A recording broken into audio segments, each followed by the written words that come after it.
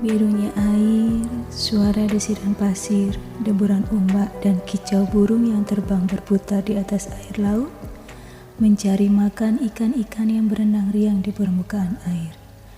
Masih dapat dan bisa kita jumpai hingga saat ini. Namun, tidak di semua pantai kita dapat menemui semua pemandangan itu.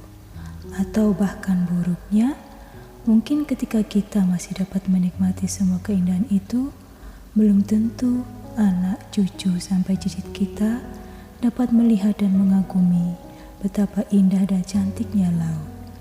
Untuk dapat membuktikan semua itu dan bukan sekedar bualan, mari kita renungkan bersama bagaimana wajah laut kita sekarang.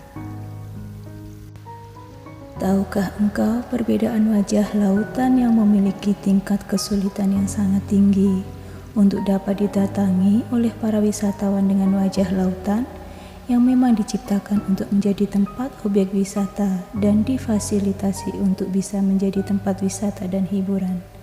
Tentu kita semua tahu dan semua pasti dapat menjawab dengan benar kalau pantai yang sangat sulit didatangi wisatawan pasti memiliki pemandangan yang begitu luar biasa indah, bersih, dan memiliki keanekaragaman biota yang membuat kita tidak dapat berhenti untuk mengagumi akan semua keindahannya.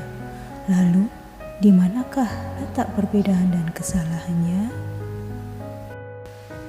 Wahai saudaraku, wajar kita sebagai seorang manusia sangat menyukai, bahkan mungkin menggilai tempat-tempat yang indah, bersih, dan cantik, seperti laut dan pantai. Tetapi, apakah kita sadar dan mengerti? Karena perbuatan kita yang begitu suka menyepelekan hal-hal yang kecil, ternyata berdampak sangat teramat besar bagi kelangsungan kehidupan makhluk di sekitar kita. Seperti contoh, kita membuang satu saja bungkus kecil permen di pasir pantai saat kita sedang asyik berwisata, berselfie, bahkan berenang untuk menikmati kesegaran air pantai, atau diving, snorkeling untuk menikmati pemandangan di dalam air pantai. Dan satu hal besar yang harus kita semua ingat, bukan hanya aku, kamu, dia yang berada dan menyukai pemandangan pantai, tetapi kita, kami, mereka semua, bahkan mungkin semua orang di seluruh dunia menyukai berwisata ke pantai. Dan jika mereka semua, seluruh orang yang berwisata ke pantai membuang satu saja bungkus permen, atau satu kantong plastik bungkus cilok, cimol, atau apapun itu setiap hari, yang berubah menjadi bulan dan berganti tahun, dapatkah kalian bayangkan bagaimana wajah pantai itu jadinya?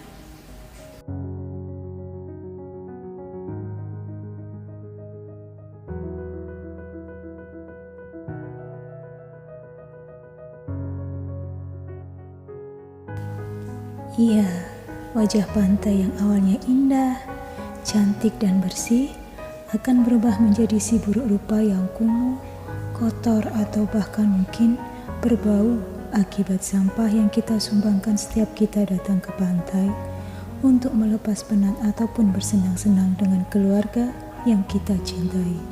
Dan tahukah kau, apakah cukup sampai di situ dampak dari kita membuang satu bungkus kecil permen atau plastik ke laut dan pantai?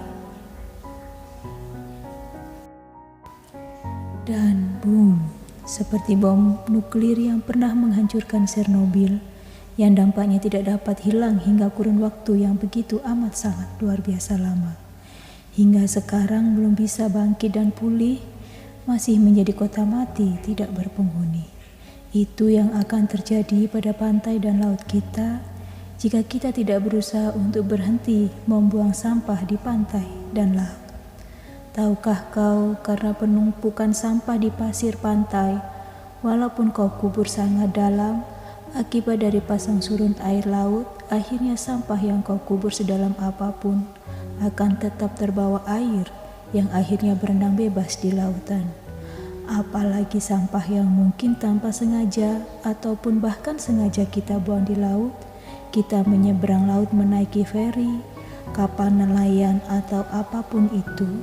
sangat membahayakan kehidupan biota laut kita.